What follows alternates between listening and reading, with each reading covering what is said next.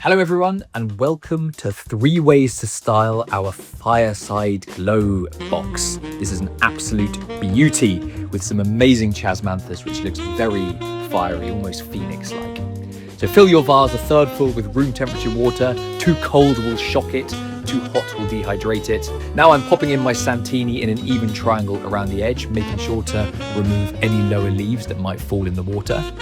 And now I'm taking my roses and filling the gaps in between my Santini, creating a nice balanced look.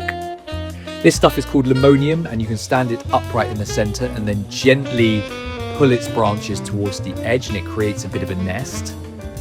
And now this eucalyptus parvifolia, which smells amazing, we kind of add to the nest, adding it to the center and again pulling its branches out to the edge. You'll now find that these lovely lilies will stand upright very easily in the middle because they're supported by everything else, supported by the nest. And here is the fiery chasmanthus. This stuff is looking quite open. It will arrive more closed in your box. And again, you can just tuck that into the middle, give it a spin, and I love it.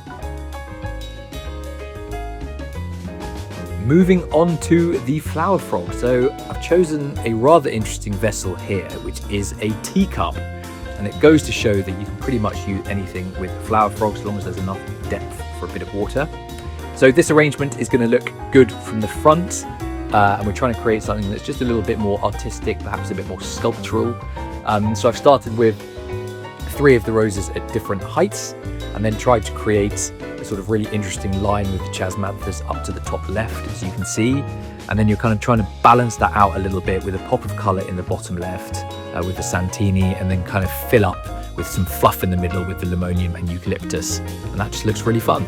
And finally, onto the magnificent bud vases. I've got 2 different types of bud vases, and you can actually find these on the Freddy's Flowers website. These are ones that we sell and are very pretty. And the key principle here is just to trim everything to different lengths and keep each one kind of unique and interesting.